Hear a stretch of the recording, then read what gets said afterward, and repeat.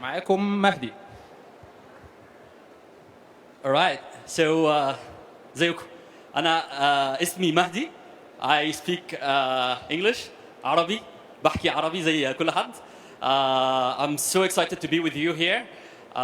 اسمي بالعربي عبد الرحمن مهدي مش أمهدي خالص. My title is developer advocate for a company called Vaden. I live in Finland. I'm a GDE, Google Developer Expert for web technologies and Flutter. Yes, I am the PWA guy. Everyone who doesn't know my name and thinks that I'm the PWA guy. So I'm introducing myself, Mahdi. You can call me Mahdi. And I have other expertise like identity and other things. Check out my Twitter if you want to communicate with me, or stay tuned for my presentation about Web Native. It's gonna be amazing. Thank you. Right. So I usually love to start my session with a selfie with the audience. So if you don't mind, I'll take a selfie. Is that okay? Okay. Trying my best. Cheers. Cheers. Okay. So this is going on Twitter right now under Hajj Hackathon hashtag. All right.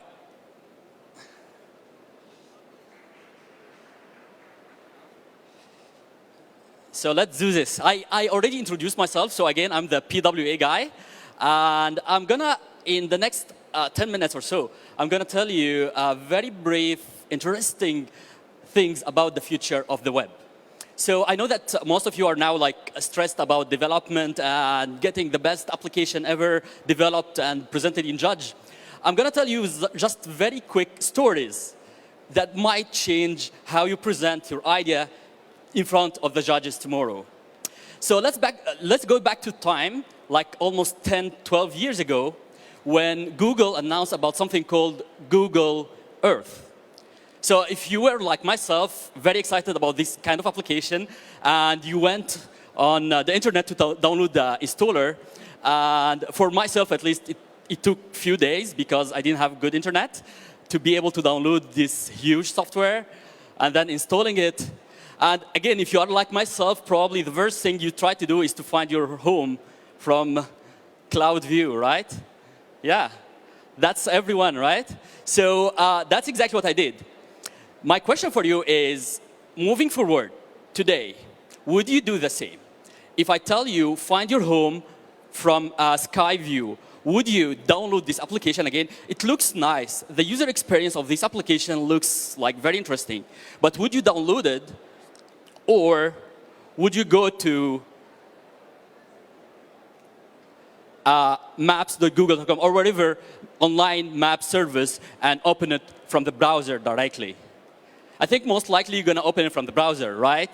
That's because the experience on the browser has improved a lot. And there is one key factor that I love, which is basically you are guaranteed to get the latest version all the time. Whenever you open from the browser, you are having the latest version. You don't need to worry about updates. You don't need to worry about installing software running on the background, and so on. So things for the web seem to be exciting, right? Now, let me ask you the second question. If we do the same thing again, but I'm asking the question now for mobile device. I'm telling you, let's see how your apartment look like from the sky view, or let's make some kind of navigation. Would you open the browser on your mobile phone and go to maps.google.com or whatever application mapping you're using, or are you going to use your native application installed on your device? If you are like most of the people based on statistics, then you're going to actually use a native application. So there is something weird here. So 12 years ago, people were downloading software, and then now after a huge advance in the technology, on the desktop device we are using browser, but it's the other way around on mobile devices. There is something that we don't understand here. What's going on, right? Actually, the choice of mobile devices has a reason. And almost like 8 years ago or something, that was from 2010, the Wired magazine announced that the web should be dead. is actually dead. And this didn't happen like just from nothing. It happened because of this guy.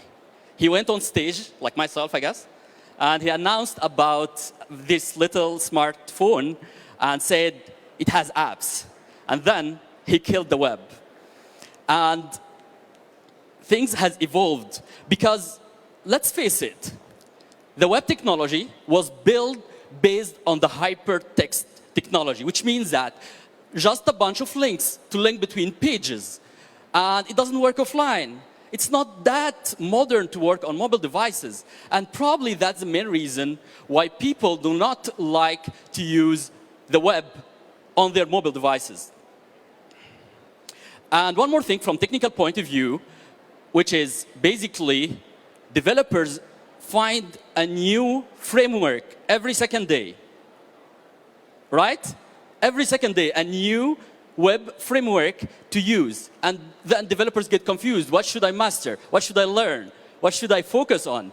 So this has created a big mess. And the expectation was not really what we got. So a lot of selling materials was available, but we didn't really get what we were looking for. Now, let me give you one last example. No, I'm not advertising about El Bake. I know he has a good food. I enjoyed it. Thank you for the catering. But I'm going to criticize it now. So let's take this example. I'm here as a tourist. I'm not from Saudi Arabia. I'm from Egypt. But I'm here as a tourist, right? And I felt hungry. I want to eat. So what do you think I'm going to do? Am I going to open the App Store or the Play Store and search for food in Jeddah? Or I'm going to open the browser on my mobile phone and search for food in Jeddah. What do you think? The browser, right? I'm going to open the browser. So yeah, there is something from business point of view, we still prefer the web. Actually, from business point of view, the web has bigger reach. It has bigger reach if you place your app on the web. So not really criticizing El Bake, but saying that if you place your application as an app and invest a lot of money of it, the likelihood of your users to reach you is way smaller than if you just publish a good-looking website that works good on the web. But we're still missing some user experience. Again, the navigation example, how we can tackle that. So actually, 2 years ago, the Wired magazine announced again that it turned out that the web was not just lying around and doing nothing.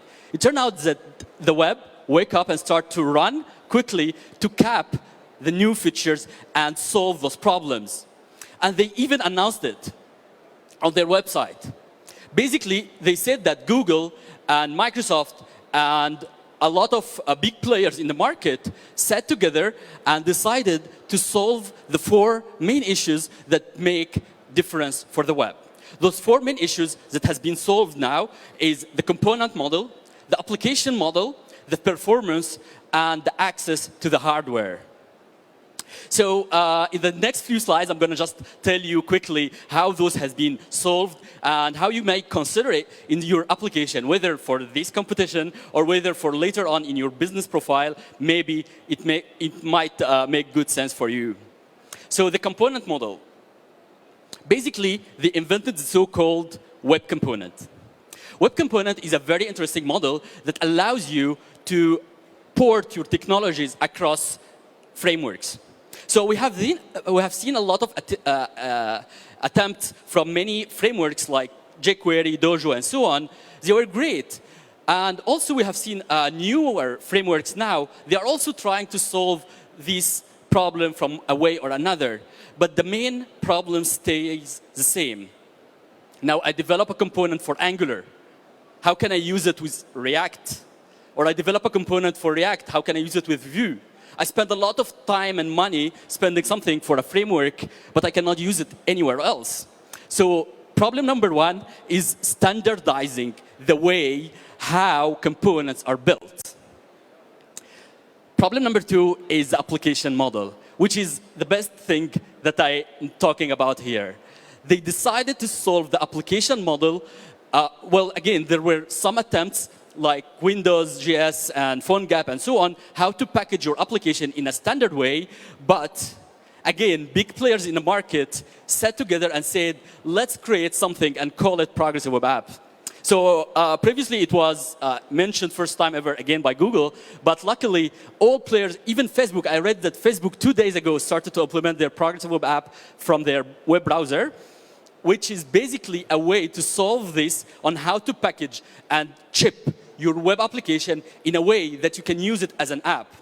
If you are like myself and you don't like to use Facebook app, you soon going to be able to open Facebook from your browser and get the native experience. Alex Russell from Google said that basically it's not about a new framework or a new programming language, but it's basically about a way to progressively understand the user. No, it's not really new things that you need to learn or a new struggle or anything. Probably if you are a web developer, you might be implementing a lot of progressive web app features, but you just need some other things to implement. Those things are like offline support, hardware access, like Bluetooth, notifications, adding to home screen, launching your application instantly from the home screen, having immersive view, and so on. So how to do that? Very simple. You have two things.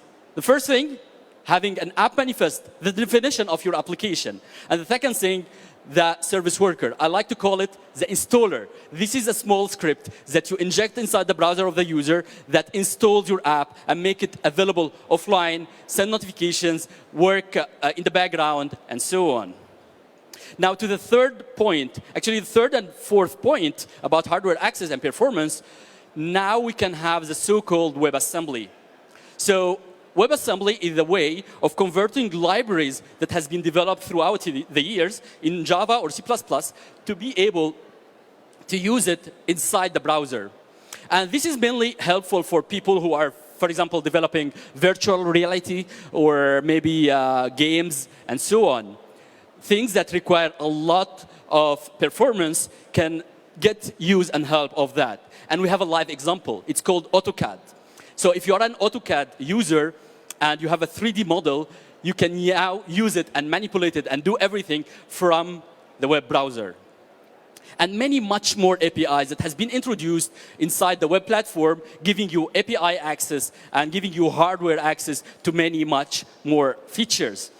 So yeah, the web has not been slacking off. Actually, the summary of my talk is that with web components, implementing progressive web apps, and if you need WebAssembly, you're gonna have native experience. And remember, I told you from business point of view, reach is higher on the web. The likelihood for your user to access you and reach you from the web is way higher. Paul Lewis said that investing in learning new frameworks nowadays is a little bit of wastage of time. Rather, if you learn the web platform, you will be flexible enough to develop with anything. Just understanding those 3K concepts that I mentioned. We soon can see that the browser is most likely becoming an operating system. We soon can see that those fragmentations of many devices can be implemented through one single medium and one single platform. We soon can see that the frameworks that we are seeing every single day can be eliminated because now everything is just a piece of Lego that we place together to form a whole complete application.